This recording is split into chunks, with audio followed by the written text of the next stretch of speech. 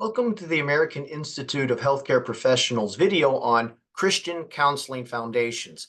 And this is an essential video for those who are in SC 570 because Christian counseling has its own science in terms of helping people through counseling. But within Christian counseling itself, there are a variety of different views and ideas that will make one Christian counselor totally different than another particular Christian counselor. So one of the biggest questions is Christian counseling and biblical counseling the same thing? Well, I think it's best to say that biblical counseling is a type of Christian counseling. But in many ways, we see the words biblical counseling and Christian counseling utilized and interchanged a little too loosely if you really understand what Christian counseling is. So there's many different interpretations of how Christian counseling is utilized with science and scripture. And when I say science, I mean modern psychology. So ultimately, though, all forms of Christian counseling has some emphasis on Christ and scripture, and it exists within the Christian worldview. But the differences between them will rely more on the extent of its reliance on modern psychology versus its reliance on scripture. Some will be more extreme to one side, others will be more extreme to the others. Others will be more professional in their ethical standards in dealing in a secular field and not wish to bring religion into the discussion. Others may be more biblical, believing that scripture needs to be in every counseling session itself. Some might want to separate faith completely, but still have an understanding that it exists. So these extremes exist. I think there is some usefulness in many of the views that we're going to look at in this brief video. But at the same time, I think the truth kind of lies in between the two extremes. And I think when you go to most universities that have some type of Christian counseling or types of organizations or nonprofits or churches that have Christian counseling, I think you're going to find more that lie in the middle. But some might have a particular betterment for an individual in a different setting also. So Christian counseling, while espousing a Christian worldview, can vary far more from secular to less secular to spiritual to less spiritual.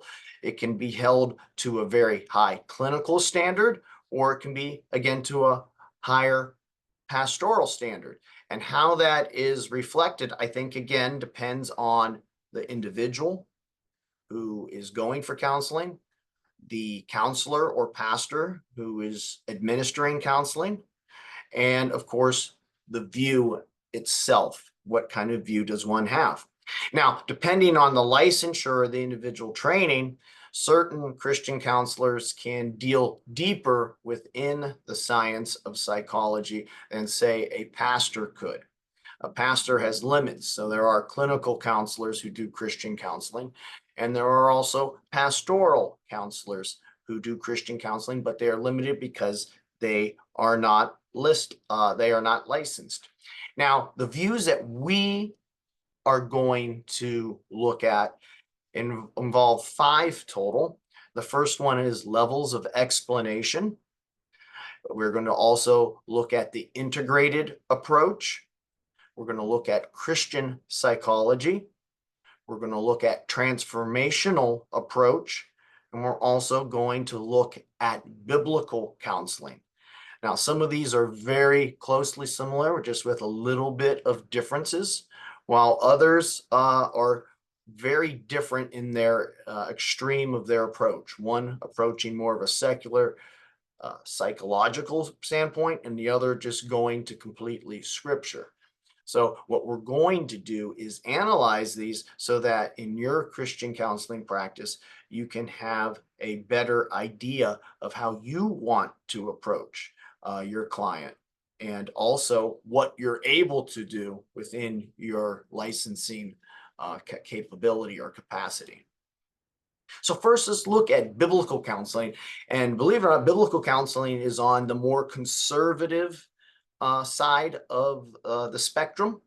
Those who adhere to pure biblical counseling approach within Christian counseling are usually pastors. Most of them are pastors, and they are not clinical professionals, but they are able to counsel at a particular level with their flock, with the members within their church, and they stick to more usually a biblical approach that uses scripture as its primary source. Now, a lot of the things within this concept are very applicable and also very true. Sin is seen as a primary issue. And of course, we all know that sin is the cause of the fall of humanity. If you are a Christian, the sin of Adam. So sin is theoretically the primary issue, but in biblical counseling, it is more than just theory. It actually is very much more physically present in what is going on. There is also a need for in biblical counseling, a reconnection with Christ. It's a spiritual moment where reconnecting with Christ heals. And of course, that is very important within all Christian life. It's a theological concept, but that is the primary goal, to reunite with Christ so that Christ can heal. We are looking for a spiritual healing, which will bring a mental healing. The biblical counselor, in the strict sense of the word, believes that everything in the Bible for counseling is supplied. And it is also less observant, hence, on secular ideals and psychological methods. So does this system work? Well, for some it may. For those who are very, very spiritual, this type of counseling could really connect with their heart and trigger a necessary change. It correctly recognizes humanity's fallen nature. It recognizes the role of vice and virtue in moral theology, which many modern sciences dismiss completely. And it recognizes the need of grace and relationship with Christ. And those are essential in maintaining. But it does has its limitations because it cannot be used outside the faith and is strictly a secular venue because you have other individuals with different religious and spiritual beliefs. It can also, if not done properly, create a bias within the counselor and the counselee relationship. What if a particular individual starts to come to a counselor and they have a different moral view? And this can create a bias in regards to how the counselor perceives the particular counselee or client. It can also overuse scripture beyond its spiritual purpose, replacing very important modern therapies and ideas within psychology just simply by trying to find it with scripture. I think one of the main things that other Christian counselors would say is that scripture is not a psychology manual. It is not a science book. Yes, there is truth found in some of it that lays the foundation, but you will find many Christian counselors who see this particular approach to be misusing scripture in some ways. Under the levels of explanation, though, which we'll be looking at very shortly, it does not put faith second hand. It puts faith first. But in putting faith first, it does abandon most modern psychological ideas. Now, Christian psychology is closely related to biblical counseling, but it does tend to touch base with modern psychology to some extent, but it just doesn't limit its psychological experience with the last 200 years since the Enlightenment. It looks throughout the entire history of the Christian tradition, and it looks to formulate a unique psychology that is Christian in itself, that is found within the prism of scripture and the Christian tradition to study mental processes and behaviors from that type of stamp. So this psychology and counseling definitely does work for more religious individuals. It is, though, less integrated with modern psychology, secular-wise, and it leans more on the spiritual. It is obviously more pastoral than clinical because of its strong religious nature. But unlike biblical counseling, it is more open to utilizing psychological methods with a very strong scriptural emphasis. Again, if an individual is very spiritual, this might have a very profound effect. So it is obviously different than biblical, but it is still very far from what we would refer to as levels of explanation, which we will be getting to shortly.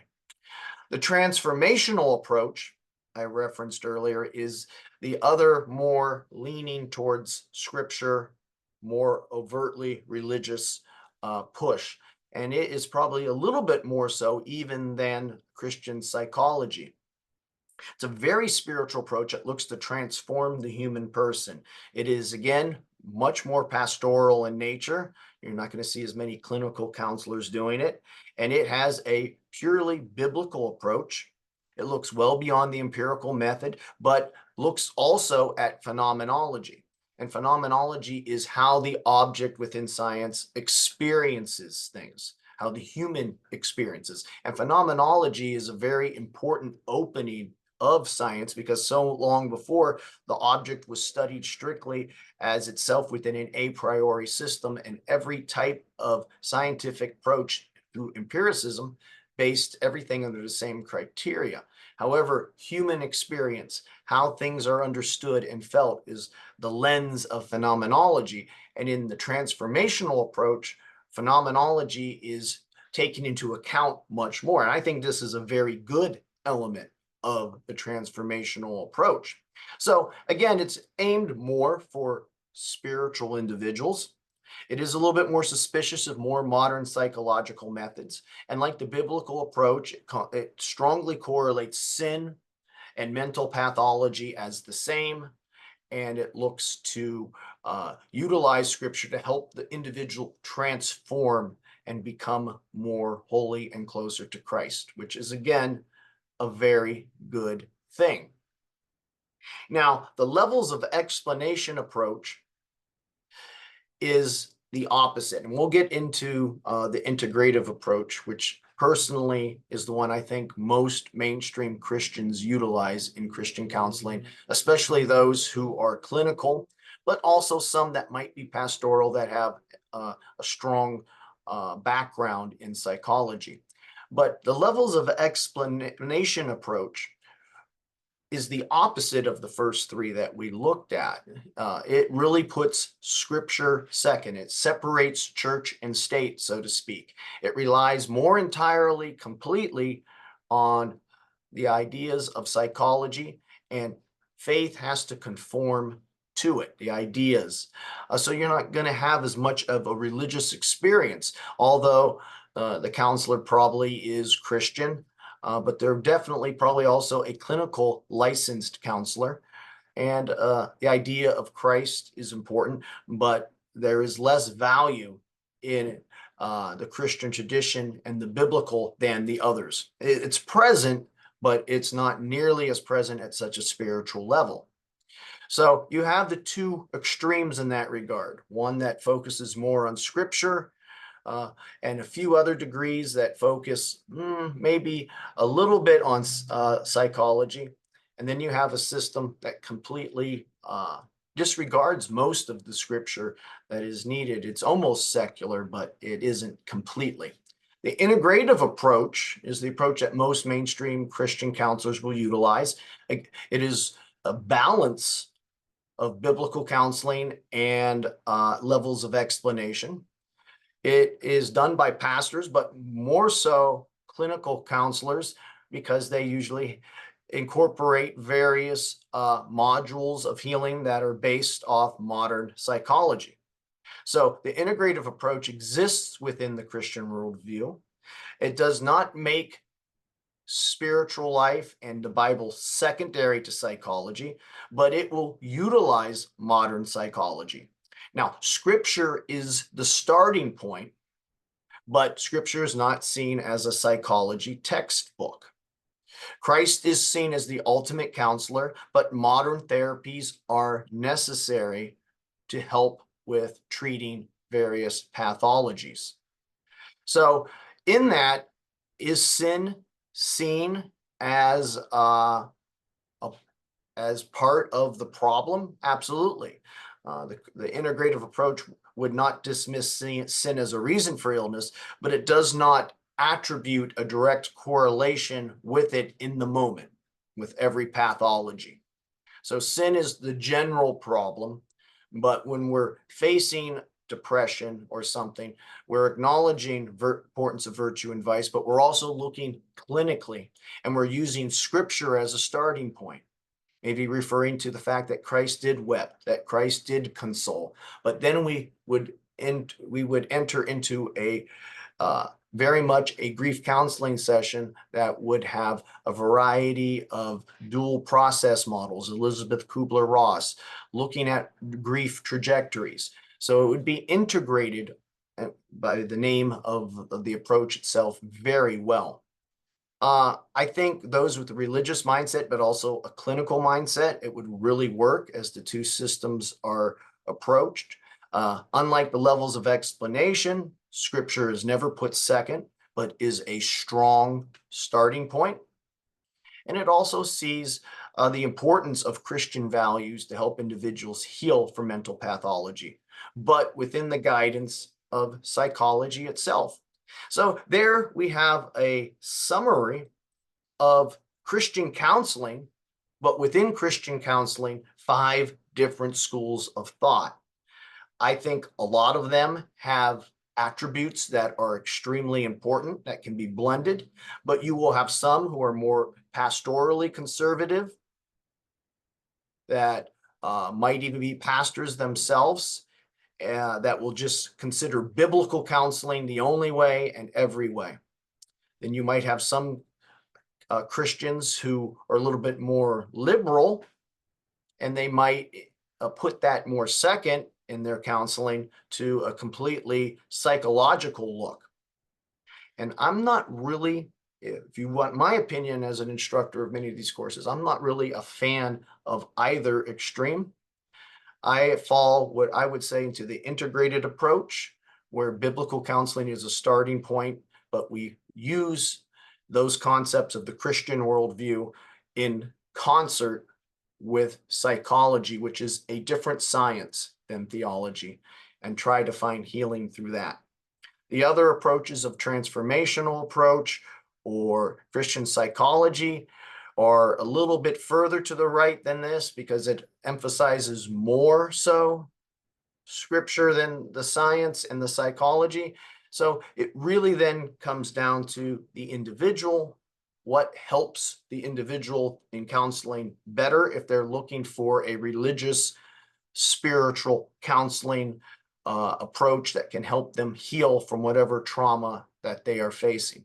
So I hope this helps a little bit. I recommend looking into these approaches. They can be found anywhere online, and you can learn a lot about this. I'm sure many individuals who began this course or are also just looking at this video about Christian counseling are probably surprised that there's even differences within Christian counseling. And they probably thought it was just one thing, or they thought it was Christian and biblical, the same thing. So I hope this video helps clarify some of these things and some of these different views and angles. Below is our Christian counseling certification link. Our number is 330-652-7776, and our email is info@aihcp.org. I'd like to thank you for listening and have a good day.